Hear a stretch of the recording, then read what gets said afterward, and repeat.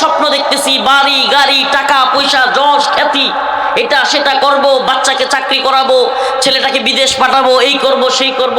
আরে মানুষ এই দুনিয়ায় সুখের জন্য নিজের আপন সন্তানটাকে পর্যন্ত 5 বছর 7 বছর 10 বছরের জন্য বিদেশে পাঠায় দেয়। একবার চিন্তাও করে না আমার এই সন্তান কার কাছে থাকবে, কি করতেছে, কোথায় আছে। এই যে দুনিয়াবি স্বাদ আল্লাদের জন্য। আর এক আশ্চর্য ঘটনা, এগুলা বললে অনেকে কষ্ট পাবে, বলবে হুজুর রেমিটেন্স যোদ্ধা।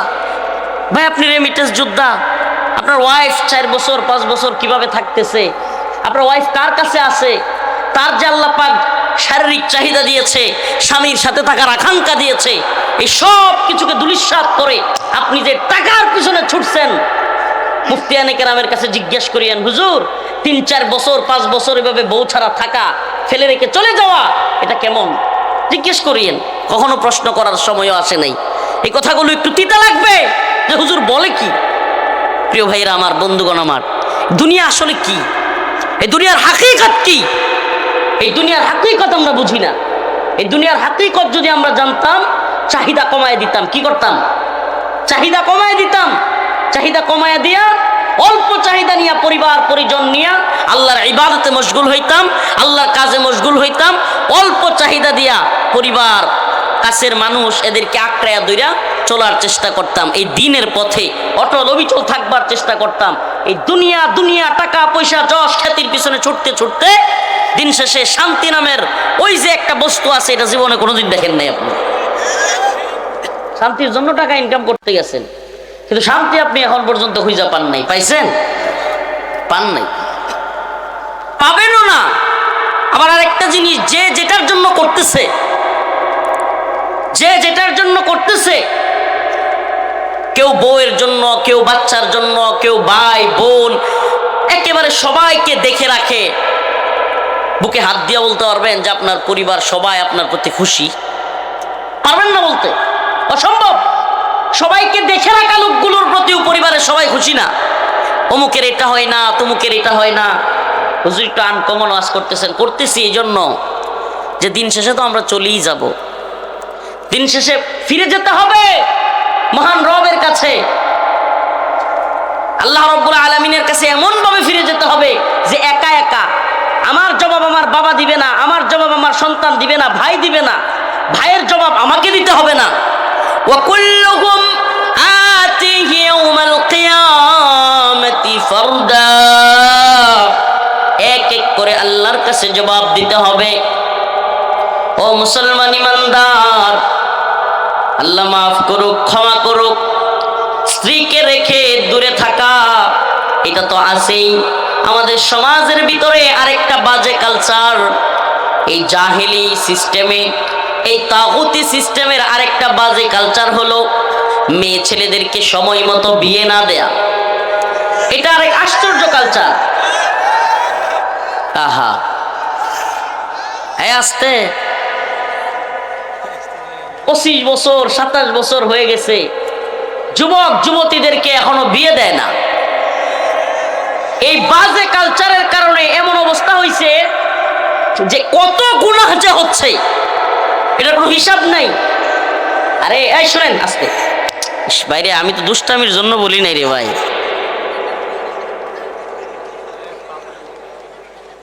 দেখেন এই ঠান্ডা শীতের মধ্যে যুব সমাজ কি কষ্টের মধ্যে আছে। আস্তে শুনেন, আল্লাহ তাআলা সব যুবকদেরকে দ্রুত বিয়ের ব্যবস্থা করে দিই, আমার সকল যুবতী বোনদের বিয়ের ব্যবস্থা করে দিই। এটা দুষ্টামির বিষয় না মিয়া।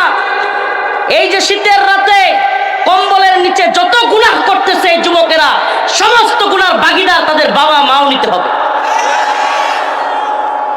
এটা কোনো হাসির কথা নয়। আল্লাহ রাসূল বলেছেন, আল্লাহ রাসূল সাল্লাল্লাহু আলাইহি সাল্লাম বলেছেন, ইয়া মাশারাশ শাবাব মান ইসতাতা মিনকুমুল বা'a ফালইতাযাওয়াজ।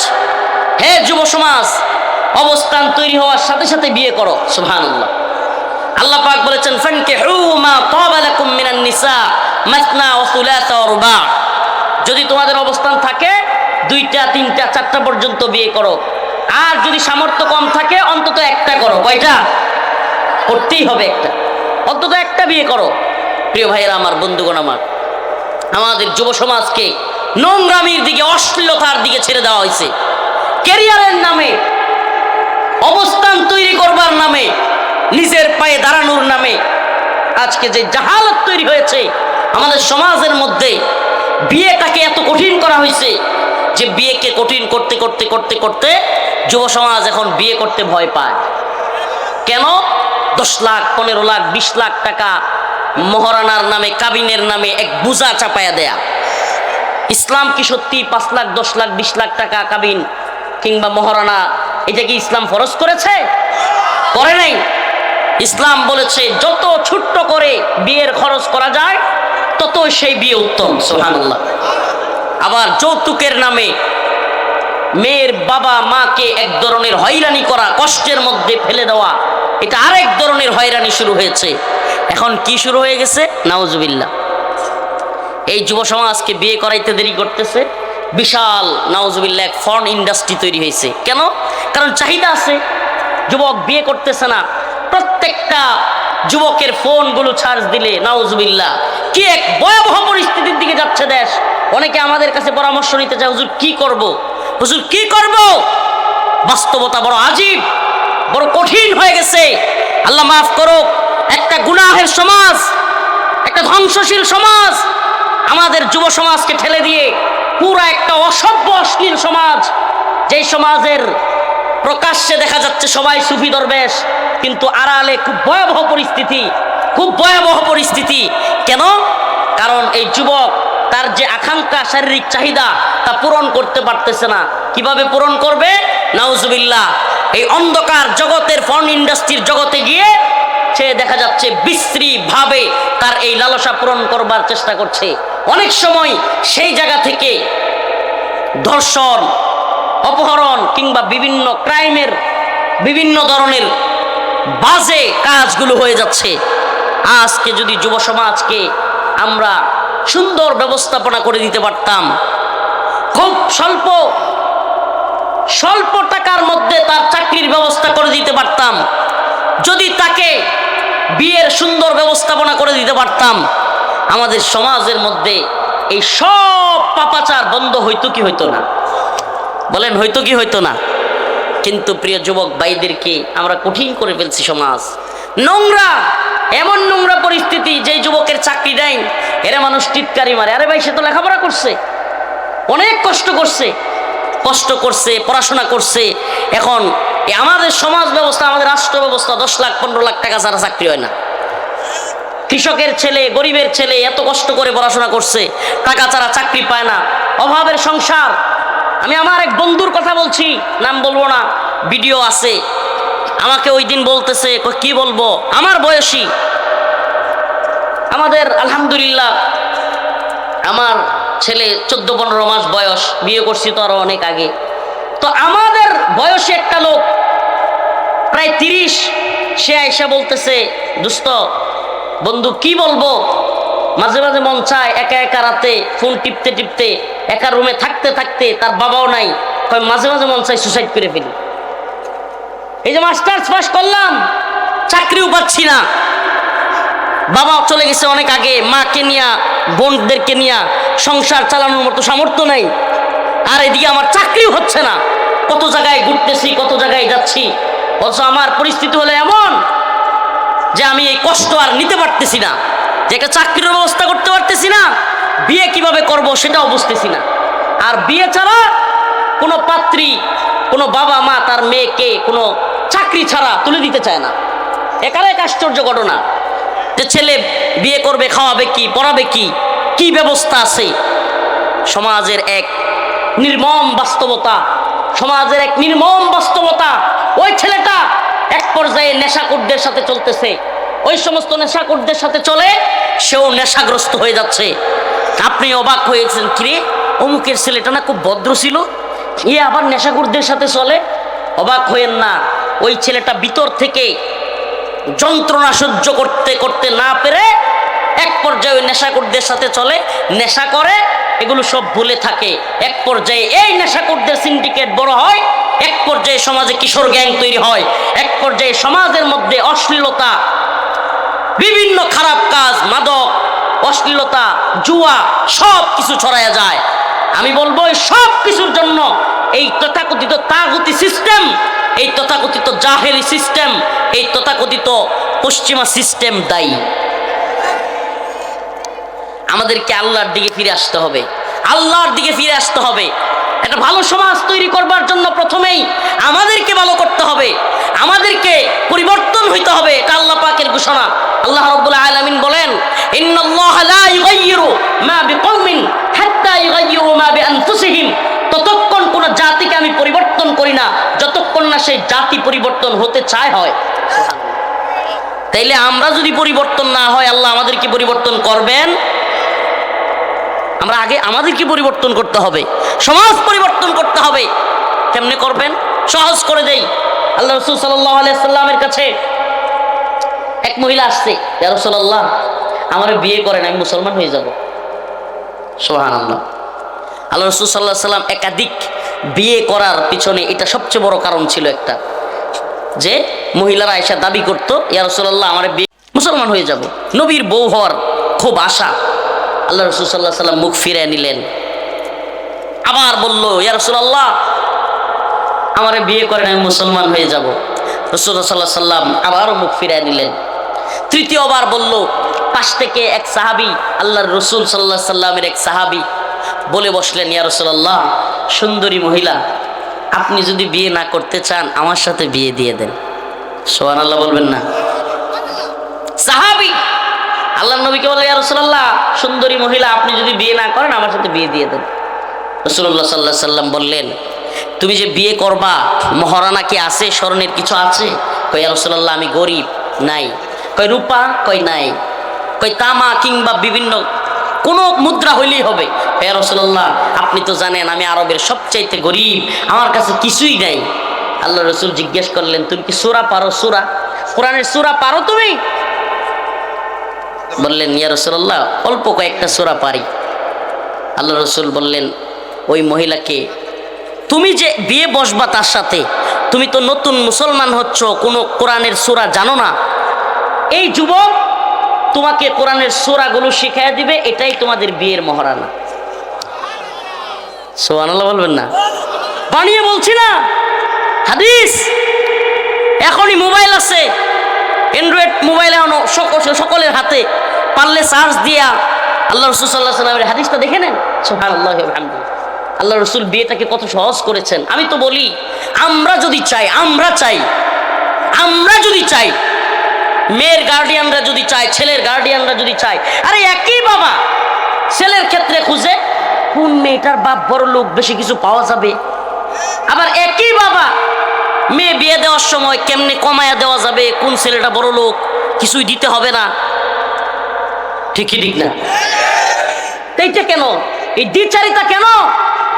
আপনি যদি সমাজকে সহজ করতেন, আমি তো বলি সুবহানাল্লাহ, অবস্থান যদি না থাকে, আমার বক্তব্য হলো একেবারে সীমিত।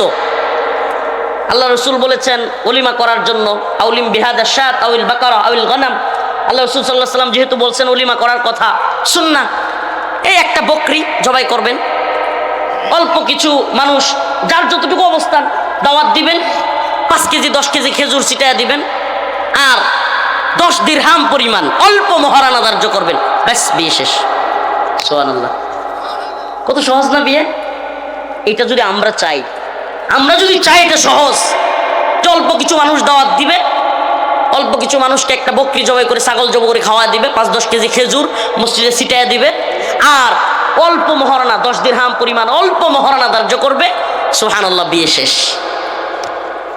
আর যদি এটা করতে না পারেন, আজকে আমাদের মধ্যে আউযু বিল্লাহি মিনাশ শাইতানির রাজীম, আল্লাহ আমাদেরকে ক্ষমা করুক, যেই পরিমাণে গুনাহ আমরা করতেছি, যুবক বের হইতে পারতেছে না, যুবক ওয়াজ শুনে আল্লাহর দিকে ফিরে আসার চেষ্টা করে, কিন্তু আবার তার সেই আকাঙ্ক্ষা তৈরি হয়ে যায়, আবার সে ফোনের মধ্যে সেই খারাপ বিষয়গুলো দেখা শুরু করে। এভাবেই চলছে যুবকদের জিন্দেগি। সে চেষ্টা করে নামাজে দাঁড়াইতে, আর ওই সমস্ত বিষয়গুলো মনে চলে আসে। সে চেষ্টা করে আল্লাহর দিকে ফিরে আসতে, তার এক যুদ্ধ, কিন্তু তার যুদ্ধে সে জয়ী হতে পারছে না। এটা অনেক যুবকদের ঘটনা আমি বললাম। প্রিয় যুব সমাজ, তোমাদেরকে বলি, আল্লাহ পাক বলেছেন ইল্লা মান তাবা ওয়া আমানা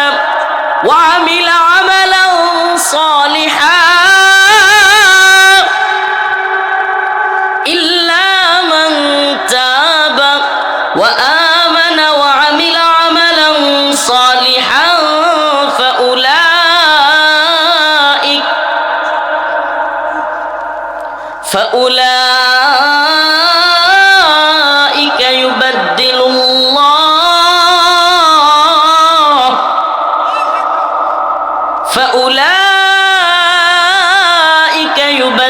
الله سيئاتهم حسنات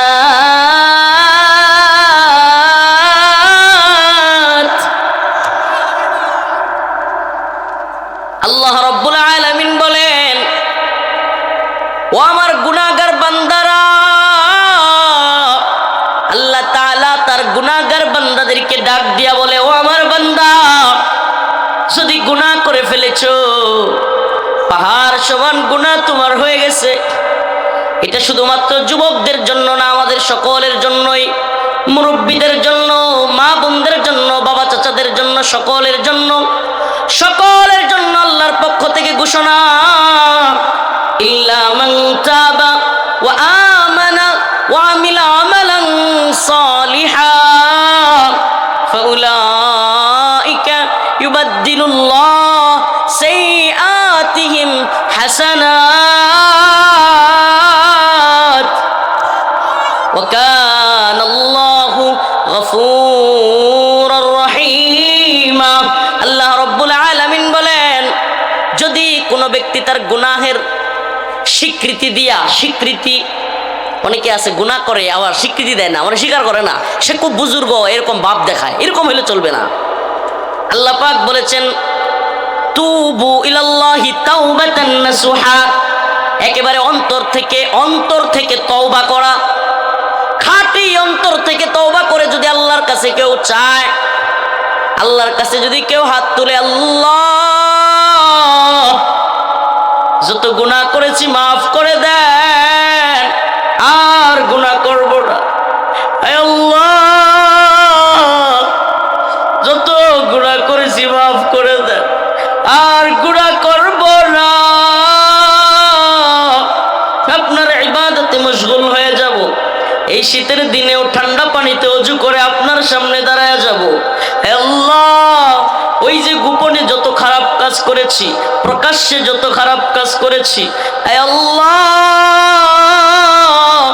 সকল গুনাহ থেকে তাওবা করলাম, আল্লাহুম্মা গফিরলি যামবি রব্বানা লা তুআখিযনা ইন নাসিনা আও আখতানা। হে আল্লাহ রব্বানা, হে আমাদের প্রতিপালক, লা তুআখিযনা, আপনি আমাদেরকে পাকড়াও করিয়েন না, ধইরা ফেলিয়েন না, রব্বানা লা তুআখিযনা ইন নাসিনা, নিশ্চয়ই আমরা তো ভুলের মধ্যে, আমাদেরকে পাকড়াও করিয়েন না আমাদের ভুলের জন্য, আয় আল্লাহ আমাদের ভুলগুলোকে ক্ষমা করে দেন। আল্লাহ রাব্বুল আলামিন বলেন, কোন বান্দা যদি আমার কাছে এইভাবে তাওবাতুন নাসুহা করে, আমার কাছে বলে, আল্লাহ আমারে মাফ করে দেন, আমার সমস্ত হাজত পূরণ করে দেন, আমার সমস্ত গুনাহগুলি মাফ করে দেন, আমার সমস্ত জরুরত পূরণ করে দেন, আমি আপনার পথে থাকতে চাই, আমার রব্বুল আলামিন ডাক দিয়া বলেন, ফাউলাইকা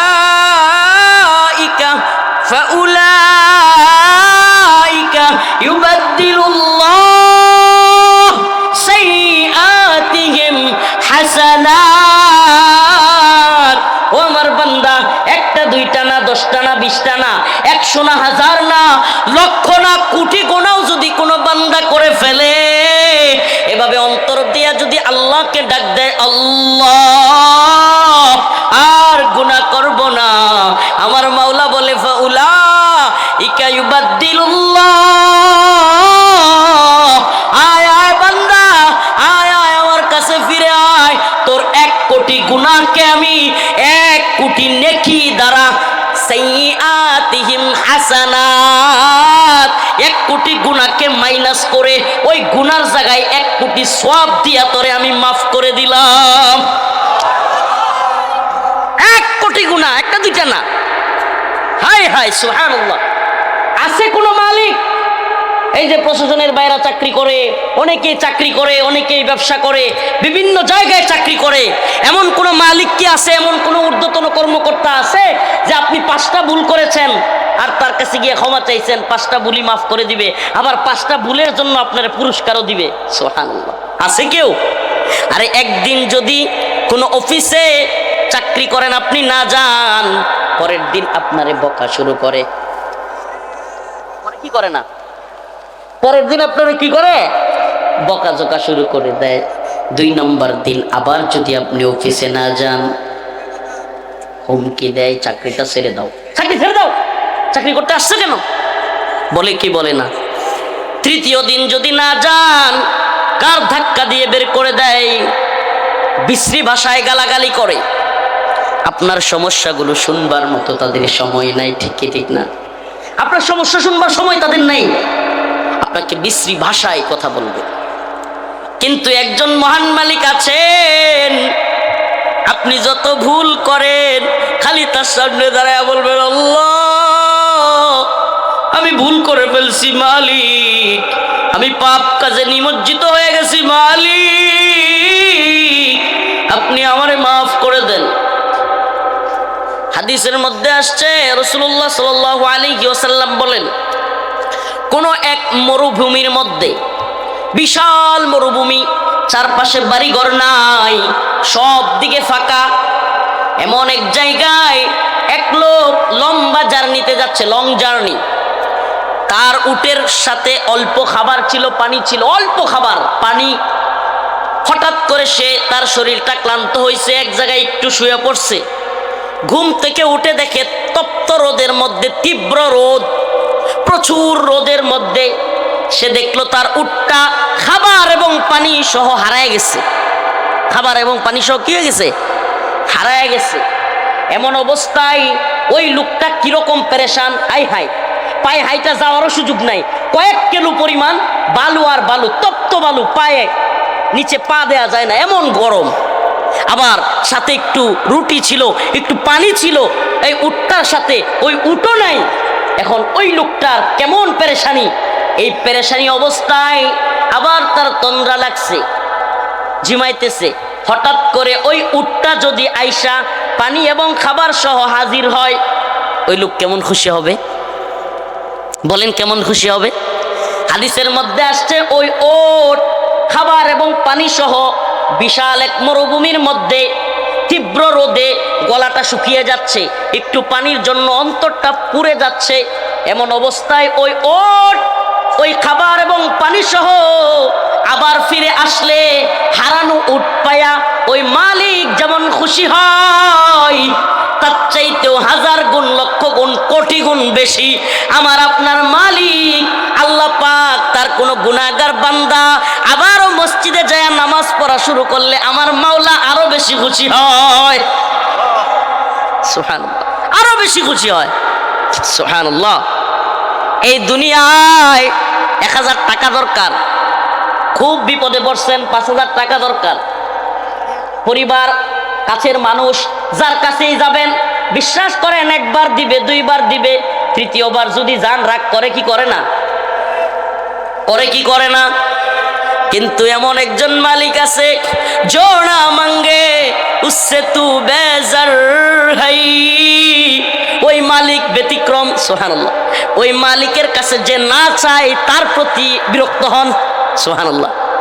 ওই মালিকের কাছে যে বেশি বেশি চায়, সে ওই মালিক আরো তার প্রতি বেশি খুশি হয়, আর যে চায় না তার প্রতি আল্লাহ কি হন? নারাজ হন। আয়াতে কারিমা তিলাওয়াত করেছিলাম সূরাতুল বাকারা, ইয়া আইয়ুহাল্লাযীনা আমানুস্তাঈনু বিস-সাবরি ওয়াস-সালাহ ইন্নাল্লাহা মা'আস-সাবিরিন। আল্লাহ রাব্বুল আলামিনের কাছে চাইতে হবে। এতক্ষণের আলোচনায় আমি একটা দিকে আপনাদেরকে মনোনিবেশ করার চেষ্টা করেছি, একটা দিকেই ফোকাস করানোর চেষ্টা করেছি। এই দুনিয়ায় কারো কাছে চাওয়ার জন্য আসি নাই, এই দুনিয়ায় কারো কাছে হাত পাতার জন্য আল্লাহ মানুষকে পাঠান নাই। জরুরতগুলো পূরণ করার ক্ষেত্রে একমাত্র আমরা চাইবো কার কাছে? বলেন না কার কাছে? যে যত বেশি আল্লাহর কাছে চায় তত বেশি সম্মানিত হয়, আর যে যত বেশি নেতাদের কাছে চায়, সামসামি করে, সে তত বেশি অসম্মানিত হয়। আমাদের সমাজে সামসা কিছু আছে না নাই? দেখবেন চায়ের স্টলে কিংবা বাজারের মধ্যে হঠাৎ এক নেতা আসছে, আওয়ামী লীগের সময় আওয়ামী লীগের, এখন তো বিএনপির ভালো সময় যাচ্ছে, বিএনপির বা জামাতের এক নেতা আসছে, ওমা এলাকায় কিছু চামচা দেখবেন, এই ভাই আসছে ভাই আসছে, এই চেয়ারটা মুছে দে, এই একটু চা দে। এরকম চামচা আছে না নাই? এই চেয়ার ভাই আসছে ভাই আসছে। সে জানে ওই ভাই হলো দুর্নীতিবাজ, সে জানে ওই যে নেতা যেটা আইতেছে ওটা হলো ঘুষখোর, সে জানে এটা সুদখোর, সে জানে এটা লম্পট, সে জানে এটা মদখোর, তবুও সে কি করে, ভাই আসছে ভাই আসছে, মানে হলো চামচামি করা। এই ধরনের চামচা আছে না নাই? আমাদের সমাজে এই ওয়ার্ডের চামচারা ইউনিয়নের নেতাদের চামচামি করে, ইউনিয়নের চামচারা থানা লেভেলের নেতাদের চামচামি করে, থানার চামচারা জেলার নেতাদের চামচামি করে, জেলার নেতারা বিভাগীয় নেতাদের চামচামি করে, বিভাগীয় নেতারা আরো বড় নেতাদের, জাতীয় নেতাদের চামচামি করে, জাতীয় নেতা সবগুলো মিলে তাদের দলের প্রধান যেটা থাকে ওইটার জি আপা, খাইছে না পা, বইছে না পা, শুইছে না পা, আলেম করে মেরা ফেলে না পা, ঘুম করে, নির্যাতন করেন। এই যে চামচামির একটা A to Z একটা মানে মহান পেশা তাদের, নাউজুবিল্লাহ। এই চামচামির যে একটা পেশা, তেল মারার, তেল মারতে মারতে এখন দেখলাম যে এই একজন কালকে না কোন দিন শুনলাম, নাউজুবিল্লাহ, বলতেছে যে বেগম জিয়ার পায়ে নাকি সে সিজদাও করতো। নাউজুবিল্লাহ বলেন। ভণ্ডামির তো একটা লিমিট থাকা দরকার। উনি 3 বারের প্রধানমন্ত্রী, ওনার জন্য অনেকে দোয়া করতেছে ওনার সুস্থতার জন্য, দোয়াটা করেন। ভণ্ডামি। ওখানে আরেকটা দেখলাম পাগল, ওইটা যেমনি মন চায় এমনি গিয়ে ওটার নামও বলতে ইচ্ছা হয় না, এমন পাগলামি করতেছে। তো এত এত পাগলামি, এত চামচামি বাদ দেন। আমরা এই চামচামি পাগলামি এগুলো দেখছি।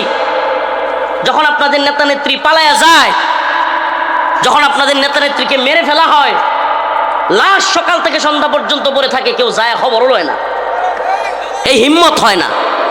তো এই চামচামি বাদ দিয়ে এক আল্লাহর গোলামি করবার চেষ্টা করেন, একমাত্র আল্লাহর গোলামি করেন। হ্যাঁ, নেতা নেত্রীর পক্ষে ততক্ষণ আমি থাকবো যতক্ষণ আমার নেতা আমার নেত্রী আল্লাহর পক্ষে থাকবে, রাসূলের পক্ষে থাকবে, ঈমানের পক্ষে থাকবে, কোরআনের পক্ষে থাকবে। ইসলামের বিরুদ্ধে যদি চলে যায়, আমার ভাই বাবা যেই হোক, নেতা নেত্রী, আমার শায়েখ, আমার পীর, আমার দল সব বাদ, আল্লাহর বিরুদ্ধে যাওয়া কোনো দল কোনো ব্যক্তির সাথে আমি নাই। কাজে আছেন ইনশাআল্লাহ? যদি আল্লাহর পক্ষে থাকেন আমি আপনার পক্ষে আছি, ইসলামের পক্ষে থাকেন আমি আপনার পক্ষে আছি। ইসলামের বিরুদ্ধে অবস্থান নিলে আমরা কারো পক্ষে। প্রিয় ভাইরা আমার, বন্ধুগণ আমার, নামাজ এবং সবর আজকের মূল ফোকাস যেদিকে আমি আপনাদের, যে আল্লাহর কাছে চাইবো। আল্লাহ বলতেছেন কার কাছে চাওয়ার জন্য? দুনিয়ার কারো কাছে চাওয়ার জন্য আল্লাহ পাক নিষেধ করেছেন। আল্লাহ পাক বলেছেন তোমরা আল্লাহর কাছে বেশি বেশি চাও। তাইলে জরুরি প্রয়োজনে কি দুনিয়াবাসীর কাছে চাইবো না? চাইবো। তবে যে ব্যক্তি দুনিয়ার লোকদের কাছে যত কম চায় সে তত বেশি সম্মানী হয়। সুবহানাল্লাহ। হাজত কমায় দেওয়া, আমাদের হাজত কি করা? যে যত বেশি হাজত কমাইতে পারছে এই দুনিয়ায়। শুনেন আয়াতে কারিমা কি বলে, এই দুনিয়া হইছে মাতাউল গুরুর। কোরআনের ভাষায়, কোরআনের ভাষায় দুনিয়া কি? মাতাউল গুরুর। এই মাতাউল গুরুরের ব্যাখ্যা কি একটু বলতেছি। আল্লাহ বলতেছেন ফামান যুহজিহা আনিন নার ওয়া উদখিলাল জান্নাতা ফাকাদ ফাজ ওয়া মাল হায়াতুদ দুনিয়া ইল্লা মাতাউল গুরুর। আল্লাহ বলতেছেন যে তোমরা সফল না ব্যর্থ এটা কেমনে বুঝবা? আল্লাহ বলতেছেন ওই ব্যক্তি সফল, ওই মুমিন সফল যে ব্যক্তি জাহান্নামের আগুন থেকে মুক্তি পাইল। সুবহানাল্লাহ। তাইলে আমি যদি বড় বক্তা হই, বড় মুফতি হই, বড় নেতা হই, পুলিশের বড় কর্মকর্তা হই, সেনাবাহিনীর বড় অফিসার হই, জজ হই, ব্যারিস্টার হই, বড় মুফতি, বড় শাইখুল হাদিস, বড় দলের নেতা, এমপি, মন্ত্রী, প্রধানমন্ত্রী যাই হয়ে যায় না কেন, আল্লাহ বলতেছে এগুলো তোমার দুনিয়ার সফলতা না। কোটি কোটি টাকাওয়ালা, বাড়ি গাড়িওয়ালা, এগুলো তোমার সফলতা না। আল্লাহ বলতেছে ফামান যুহজিহা আনিন নার, যে ব্যক্তি জাহান্নামের আগুন থেকে মুক্তি পেল, ওয়া উদখিলাল জান্নাহ, এবং জান্নাতে প্রবেশ করলো, ফাকাদ ফাজ, সেই হলো চূড়ান্তভাবে সফল। চূড়ান্ত সফল কে? যে ব্যক্তি জান্নাতে প্রবেশ করলো। ওমাল হায়াতুদ দুনিয়া ইল্লা মাতাউল গুরুর। মাতাউল গুরুর হলো, আল্লাহ বলতেছেন যে দুনিয়া তো হলো মাতাউল গুরুর। আমাদের মা বোনেরা, আস্তে আস্তে বলি, হায়েজ নেফাসের সময় এক ধরনের ন্যাকড়া ব্যবহার করে না, টিস্যু। টিস্যু, ওই টিস্যু ব্যবহারের পর কেউ আসে যে এই টিস্যু কিনে নিবে? আসে কেউ? মাতাউল গুরুর, আল্লাহ পাক বলতেছেন যে দুনিয়া আল্লাহর কাছে হলো মাতাউল গুরুর। মাতাউল গুরুর হলো ওই যে মা বোনদের ময়লা আবর্জনা ব্যবহারের পরে যে টিস্যু, এই টিস্যুর যেমন মূল্য নাই, এই দুনিয়ারও আল্লাহর কাছে তেমনি কোনো মূল্য নেই। হাদিসের মধ্যে আসছে, আল্লাহ রাসূল সাল্লাল্লাহু আলাইহি ওয়াসাল্লাম বলেন, এই পুরা দুনিয়ার মূল্য আল্লাহর কাছে যদি এক মাছির দানা পরিমাণ মূল্য আল্লাহর কাছে থাকতো, মাছি, মশা মাছি আছে না, একটা মাছির দানা পরিমাণ মূল্য যদি আল্লাহর কাছে এই দুনিয়ার থাকতো, আল্লাহ পাক দুনিয়াতে কোনো কাফের মুশরিকের একটা চাউলও খাইতে দিতেন না। একটা চাউলও খাইতে দিতেন না। আল্লাহর এই দুনিয়ার কোনো মূল্য নাই। এই জন্য এই দুনিয়ায় কেডা বড় হইল, কেডা ছোট হইল, কেডা টাকার মালিক হইল, কেডা বিশাল কিছুর মালিক হইল, আরে ভাই, ওই যে সেদিন একটা ভূমিকম্প হয়ে গেল, মনে আছে? 5.7 নরসিংদীতে অনেকে মারা গেল, সারা দেশে 8 জন লোক মারা গেল, অনেক লোক আহত হইল। আল্লাহ না করুক এটার মাত্রা যদি আর একটু বাইরে যেত, চুয়াডাঙ্গায়, নেত্রকোনায়, সব জায়গায় যদি হইতো, ওই দিনটা যদি আমার আপনার শেষ, ওই ভূমিকম্পের দিনটা যদি আমার আপনার শেষ দিন হইতো, আমাদের কয়জন ওই দিন ফজরের নামাজ পড়ছি? হাত তুলবেন না। আমাদের কয়জন? হাত তুললে অনেকগুলো হাত উঠবে না, কিংবা মিথ্যা বলতে হবে।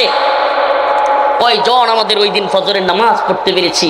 বুকে হাত দিয়া বলেন, ওই ভূমিকম্পে আমার যদি শেষ দিন হয়ে যাইতো, কয়জন আমরা নামাজ পড়েছি? প্রিয় ভাইরা আমার, সামানা তৈরি করা, আল্লাহর কাছে চাওয়া। আল্লাহ বলছেন, ইয়া আইয়ুহাল্লাযীনা আমানু ইসতাঈনু বিস-সাবরি ওয়াস-সালাহ, হে ঈমানদাররা, আল্লাহর কাছে চাও সবর এবং নামাজের মাধ্যমে। কিসের মাধ্যমে? সবর এবং নামাজের মাধ্যমে। ইন্নাল্লাহা মা'আস সাবিরিন, আল্লাহ পাক সবরকারীদের সাথে থাকে। আমি আমার যুবক ভাইদেরকে বলবো, যুবতী বোনদেরকে বলবো, তাদের বিয়েতে দেরি হচ্ছে, তাদের জন্য আল্লাহ রাসূল সাল্লাল্লাহু আলাইহি সাল্লাম বলেছেন, তোমরা রোজা রাখো। কি রাখো? রোজা একটা পরীক্ষিত আমল। আমি যুবক ভাইদেরকে বলি, কারাগার জীবনের শেষ সময়, আল্লাহ মাফ করুক, আমি গুনাহগার, কিন্তু এই আমলটা পরীক্ষিত। রোজা রেখেছি সোমবার এবং বৃহস্পতিবার। আল্লাহ রাসূল সাল্লাল্লাহু আলাইহি সাল্লাম সোম এবং বৃহস্পতিবার রোজা রাখতেন। যে সোম এবং বৃহস্পতিবার রোজা রাখবে এবং চেষ্টা করে যাবে, আল্লাহ তাআলা তার দ্রুত রিজিকের ব্যবস্থা করবে এবং বিয়ের ব্যবস্থা করবে। কন্টিনিউ আমলটা করতে পারেন। সোম এবং বৃহস্পতিবার বেশি বেশি রোজা রাখবেন। সোম বৃহস্পতিবার রোজা রাখবেন। চাকরির কিংবা ব্যবসার বা বিভিন্ন রিজিক তালাশ করতে থাকবেন, আর সোম বৃহস্পতিবার রোজা রাখবেন, আল্লাহর কাছে দোয়া করবেন। ইনশাআল্লাহ অচিরেই আপনার রিজিকের ব্যবস্থা হবে, অচিরেই আপনার কোনো না কোনো ব্যবস্থা, ইনকাম সোর্স বেরিয়ে আসবে। অচিরেই আল্লাহ পাক আপনার জন্য নেককার আবেদা সালেহা আমাদের বোনদেরকে মিলায়া দিবে। আল্লাহ তাআলা আমাদের সবর করার তৌফিক দান করুক। আল্লাহ তাআলা খুশু খুজুর সাথে নামাজ পড়ার তৌফিক দান করুক। জুড়ে বলেন আমিন। আমরা কে কে আজকে থেকে ইনশাআল্লাহ হাত তুলে আল্লাহর দিকে দেখাবো, আয় আল্লাহ, হাত তুলেন, লিল্লাহি তাকবীর, হাত তুলেন, বলেন আয় আল্লাহ, আজকে থেকে আর নামাজ ছাড়বো না, আজকে থেকে আর আপনার নাফরমানি করব না, আয় আল্লাহ। আয় চুয়াডাঙ্গার মুসলমান কয় না রে, আর আল্লাহর একটু জানায়া দেন না, বলেন আয় আল্লাহ, আয় আল্লাহ, আজকে থেকে তাওবা করলাম, আর নামাজ ছাড়বো না, আল্লাহ আপনার নাফরমানি করব না। আল্লাহ আপনি হাতগুলোরে কবুল করেন, আল্লাহ নামাজ হিসেবে কবুল করেন, আল্লাহ আপনি আমাদেরকে মাফ করে দেন, আল্লাহ আমাদেরকে দিনদার পরেজগার মুত্তাকি বানায়া দেন। ওয়া আখিরু দাওয়ানা আনিল হামদুলিল্লাহি রাব্বিল আলামিন। আসসালামু আলাইকুম ওয়া রাহমাতুল্লাহি ওয়া বারাকাতুহু।